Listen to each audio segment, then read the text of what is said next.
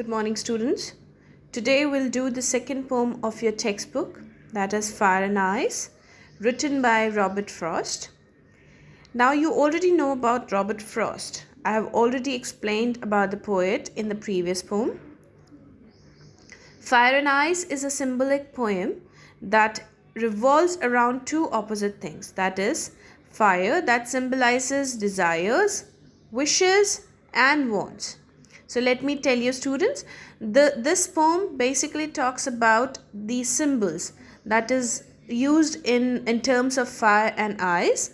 Fire here talks about desires, wishes, and wants, wherein the ice symbolizes hate, hatred, and despise. Now, as per the poet, the world would end with these two things. Now, if the world has to end, then it would end with only two things, that is desires and hatred. Now, before I move ahead with the poem explanation, let me just give you the difficult word meaning.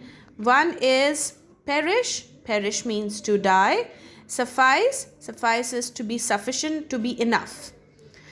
Okay, so now let's move on to the explanation of the poem. Some say the world will end in fire. Some say in ice. So some here, he's referring to the opinion of other people. The poet is not telling about his own opinion here. He's saying that in case if the world has to end, people say that if the world will end, it will end with the desires, with the wishes and the wants. The excess of wants and desires would lead to the wars between people. And when there'll be a war, definitely the world would end. But some say in ice, and there are many people who even favor that ice can end the world. Ice is hatred and despise. So, कुछ लोग कहते हैं कि जो world ख़त्म होगा वो desires से ख़त्म होगा या विशेस से ख़त्म होगा, और वहीं कुछ और लोग भी कहते हैं कि ये जो वर्ल्ड है वो किससे ख़त्म होगा, हेट्रेड से और डिस्पाइस से. From what I have tasted of desire. Now in the third line, poet is telling about his own opinion, and he's saying, for what I have tasted of desire, for what I know about the desire, that is the fire, I hold with those who favor fire. So now even I favor the people who say that just because of fire, this world would end. So in the last line, the poet also say that even I am with the people who say that this world would end because of desires, wishes and wants. Because when the people would have lots of wishes, definitely they'll end up fighting and destroying each other. So I hope it is clear. Now moving on to the next paragraph. But if it had to perish twice, I think I know enough of hate to say that for destruction ice is also great and would suffice. So now he says that, the poet says that in case if the world has to finish, if the world doesn't get finished in one go, if it has to finish in the second part, now, but if it had to perish twice, in case if it has to finish in the second time, I think I know enough of hate. So he says that I know even hatred would be more than enough. The ice, the cold-heartedness would be more than enough for the destruction of the world, to say that for destruction ice.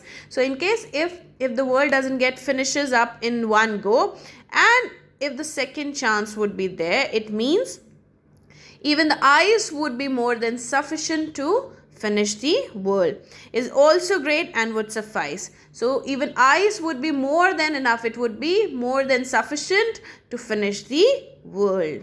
So I hope the entire poem is clear to you.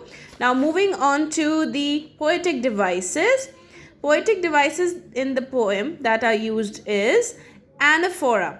I'll give you it in the written as well. Anaphora is A-N-A-P-H-O-R-A. Anaphora. Anaphora means repetition of two or more words in the consecutive lines. So you see that in the beginning of the line, it is saying, some say Then again it is being repeated, some say. So repetition of the same kind of word or a phrase in the consecutive lines. This is called as anaphora. Then enjambment, I have already explained you what exactly is the enjambment. When there is no punctuation marks by the end of the line. So you can see that in the last paragraph, in the second paragraph, last 4 lines, the line which is starting with I think is getting over with suffice. So this is an example of enjambment. Alliteration, you all know it very well. Repetition of consonant sounds, that is S, S, some say. So repetition of S here, repetition of S again here.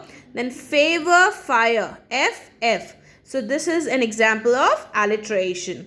Now the next one as the poetic device used here is assonance. Assonance is the repetition of one vowel sound in one particular line. I've already explained assonance very clearly in the previous poem. So line 1, 4 and 6. Line 1, if you say O, S-O, so O, O. So this is like the repetition of the word. Then if I talk about in the 4th line, again those O, O, O. So even hold O. So all this, you can see that repetition of the vowel sound here. So this means that it is in assonance. Children, I've explained to you the poetic devices and the explanation. Now let's move on to the rhyming scheme of the poem.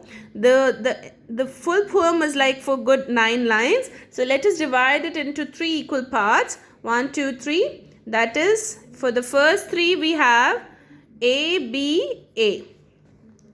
The first 3 lines of the poem is into the rhyme scheme of A, B, A. Like fire, ice, desire. So you can see that fire and desire is into the rhyming. So you can say that A and A. This is B.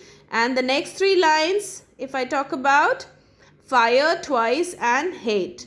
So fire is again rhyming with the first line A. B line is twice, that is ice. So B, and C is hate. Another set of pair of the line which is making rhyming with the great. So hate and great. So this is C. Ice is again B. C, B. So this is the rhyming scheme of the poem. Now just go through the explanation nicely. Rest work I'll give it to you in the group. Thank you.